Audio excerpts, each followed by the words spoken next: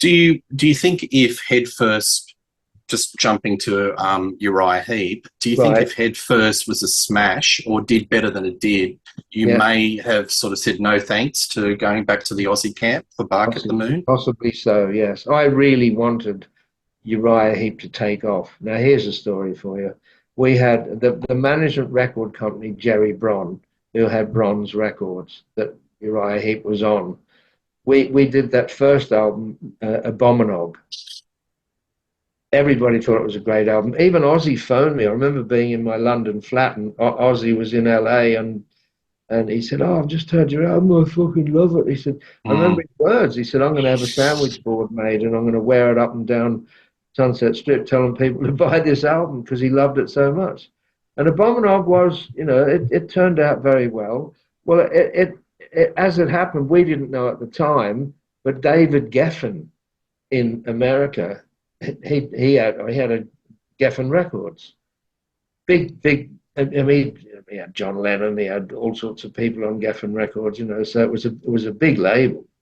Yep. David Geffen, we didn't know, but he got in touch with Jerry Bron and said that he wanted to release Abominog in America on Geffen Records. Now that would have kick-started the whole thing. But Jerry Bron said, unless you take, he had Girl School, which was a girl band, Yep. and Motorhead. And David Geffen said, no, no, we don't want Motorhead, we don't want Girl School, we just want Abominog, Uriah Heep. That's what we want to release. And so Jerry Bron said no.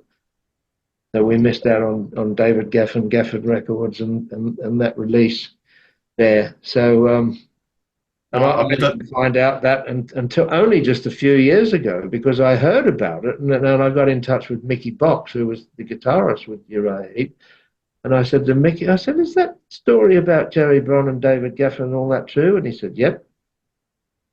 That's unbelievable because they Yeah, had a reputation of turning older acts into kind of superstar status, like Whitesnake, Aerosmith.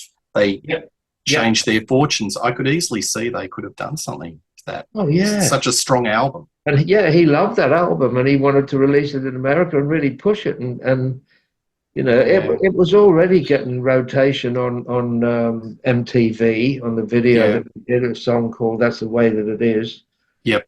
And that was getting airplay, and I think it got in like the top 40 or something. But see, with David Geffen behind it, it could have gone to the top. Yeah. But What's your views on the album cover? Because it's one of those album covers you look at that the music is completely different. You look at no, it, it looks like it's kind of really dark and heavy. I know it looks like a heavy metal cover, but the album itself is sort of, it's more sort of melodic rock. Hmm. It's classy rock, and it's certainly not metal or anything like that. But it was rock.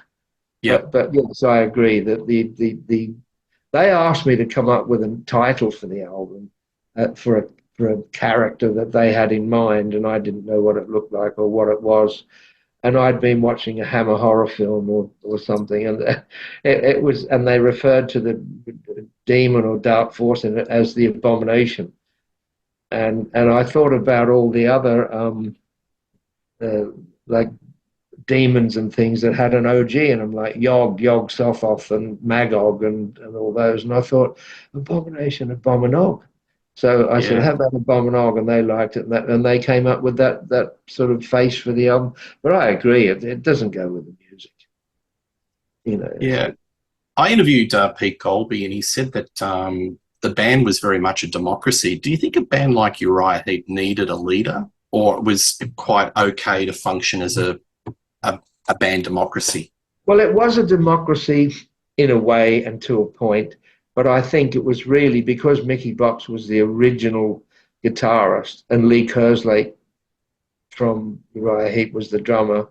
That Mickey really was more the leader of the band. He was put it this way, he was the leader of a democratic band.